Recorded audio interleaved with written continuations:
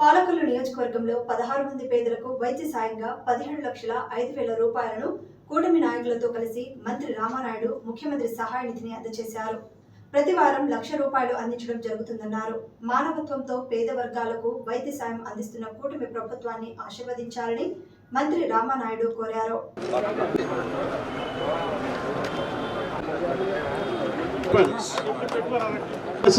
Jyothisri 5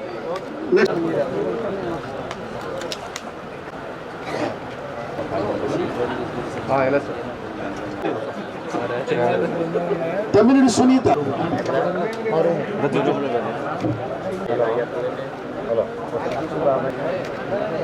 next లగ్గల Kodaru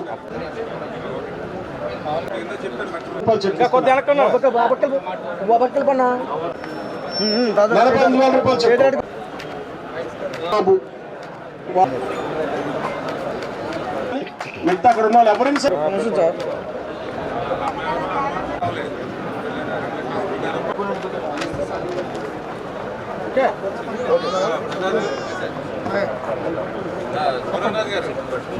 Anjali గారు వచ్చింది G గారు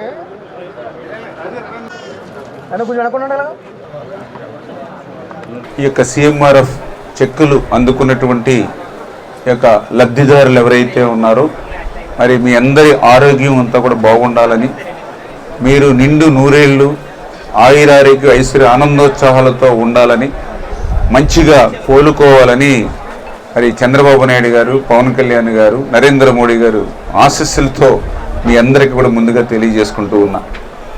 ఎందుకంటే ఈరోజు ముఖ్యమంత్రి సహాయ నిధి ద్వారా మీరే చూస్తూ ఉన్నారు, ప్రతి వారం కూడా లక్షలాది రూపాయలు ఈవేళ మన నియోజకవర్గంలోనే కాదు ఆంధ్రప్రదేశ్ రాష్ట్రం అంతా కూడా ఈరోజు సహాయ నిధి చెక్కులు ఇస్తూ ఉన్నాం.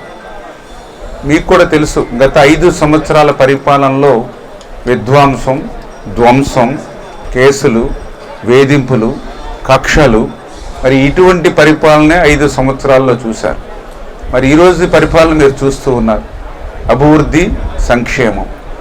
దానికి ఉదాహరణే ఈరోజు మీరు ఏదైతే హాస్పిటల్కి వెళ్ళి బిల్లులు చెల్లించుకున్నటువంటి వాటికే కాదు, ఇప్పుడే మనం చూసాం 8వ వార్డుకు సంబంధించినటువంటి బాబు 17 సంవత్సరాలు మరి ఆటలాడుకుంటూ మన కుళాయి చెరువులో పడి చనిపోతే వాళ్ళ కుటుంబాన్ని పరామర్శించడానికి వెళ్తే నాకు నిజంగా చాలా బాధ, ఆవేదన అనిపించింది.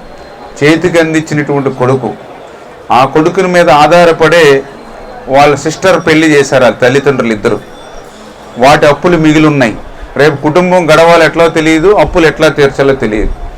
అటువంటి స్థితిలో మళ్ళీ చంద్రబాబు నాయుడు గారి దృష్టికి, ముఖ్యమంత్రి గారి దృష్టికి తీసుకెళ్ళి, సార్ ఇట్లా పేద కుటుంబ ఆసరా పోయింది అని ఆయనకి చెప్పి మరి ఈవేళ 2 లక్షల రూపాయలు మరి ఈవేళ ఆ కుటుంబానికి కూడా ఈరోజు మేము అందజేస్తూ ఉన్నాం. అంటే ఈ రకంగా ఒక మానవత్వంతో పనిచేసేటువంటి ప్రభుత్వం ఈరోజు ఉన్నటువంటి NDA ప్రభుత్వం. గతంలో ఎప్పుడు కూడా ఇటువంటి సాయం అందినటువంటి పరిస్థితి ఎక్కడ కూడా చూడాల. అరాకొర 1-2 ఇచ్చి దాన్నే అడ్వర్టైజ్మెంట్ చేసుకునేవారు. కానీ ఈరోజు ప్రతి వారం లక్షల రూపాయలు. ఎందుకంటే ఈరోజు మరి మనం ఇచ్చుకుంటూ ఉన్నాం. సోమవారం లాస్ట్ వీక్ మళ్ళీ ఆదివారం ఇచ్చాను, అంతకుముందు లాస్ట్ వీక్ ఆదివారం ఇచ్చాం. ఇట్లా ప్రతి వారము కూడా 70 చెక్లు, 80 చెక్లు, 20 చెక్లు, 100 చెక్లు అట్లా ఇస్తూ ఉన్నాం. అంటే ఈ రకంగా మానవత్వంతో పనిచేసేటువంటి ప్రభుత్వం. ఎందుకంటే మీ అందరూ కూడా ఆరోగ్యం కుదుటిపడి ఇంటికి వచ్చారు, కానీ ఆ బిల్లులు కట్టి ఆ అప్పుల్లో తీర్చాలంటే ఎట్లా అని మళ్ళీ మీరు మదన పడుతూ ఉన్నారు. ఆ బాధ, ఆవేదన కూడా మీకు ఉండకూడదు అనేటువంటి ఆలోచనతో. అంటే నేను ఎందుకు చెప్తున్నానంటే మీరు ఒక్కసారి సరి చూసుకోండి. ఈరోజు కూడా మళ్ళీ మాయ మాటలు చెప్పి మళ్ళీ మీ అందరినీ కూడా బుట్టలో వేసుకోవాలనడానికి మరి ఆ రోజు మీరందరూ కూడా గద్దె దింపినా కూడా ఇంకా అహంకారంతో, అహంభావంతో ఈవేళ వాళ్ళు ప్రవర్తిస్తున్నటువంటి పరిస్థితి.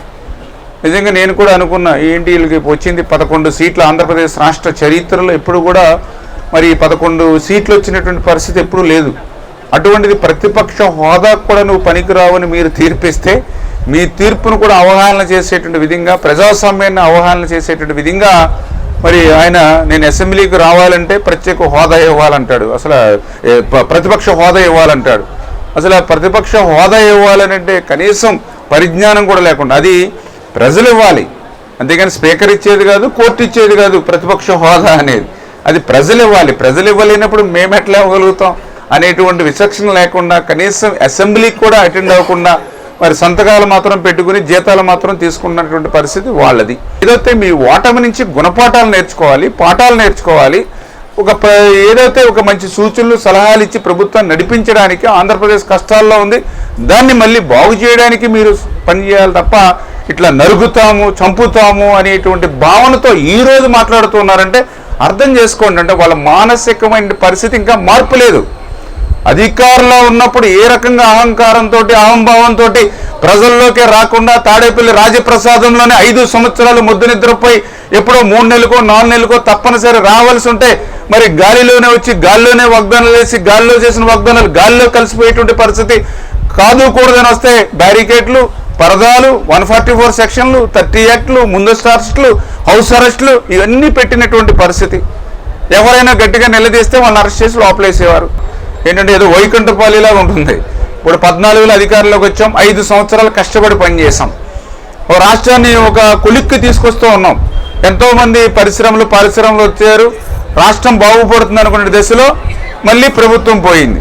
అంటే మేము కష్టపడి ఇప్పుడు ఏదైతే వైకుంఠపాలిలో చూడండి, మనం ఏదైతే నిచ్చులు పావులు ఉంటాయి, ఏదో 0 నుంచి స్టార్ట్ చేసి ఒక్కొక్క గడి పెట్టుకుని వెళ్ళేటప్పుడు మళ్ళీ 19లో పాము కడితే మళ్ళీ కిందకు వచ్చేస్తాం. ఆ పాము కూడా మళ్ళీ పైగళ్ళు 9వ గళ్ళనే ఎక్కడ ఉంటుంది, పెద్ద పాము ఉంటుంది.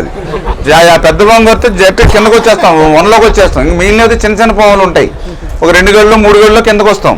అలాగే నిచ్చులు కూడా ఉంటాయి, చిన్న నిచ్చులు, పెద్ద నిచ్చులు ఉంటుంది. ఈ పాముడు మాత్రం అది కనుక దాటకపోతే సెలవు అనమాట. నాకు గుర్తు, ఒక పాము 9వ లాస్ట్ నుంచి దగ్గరికి వచ్చాక ఉంటుంది. బాగా చేరేవరా అనుకుంటాం, అంత ఆ పాము కరిచిందంటే మళ్ళీ మొదటి నుంచి మొదలు పెట్టాలి. అట్లాగే 19లో మళ్ళీ ఆ పాము కరిచింది, కింద పడ్డాం వైకుంఠపాలి. మళ్ళీ ఇప్పుడు మళ్ళీ మొదలెడుతున్నాం మళ్ళీ.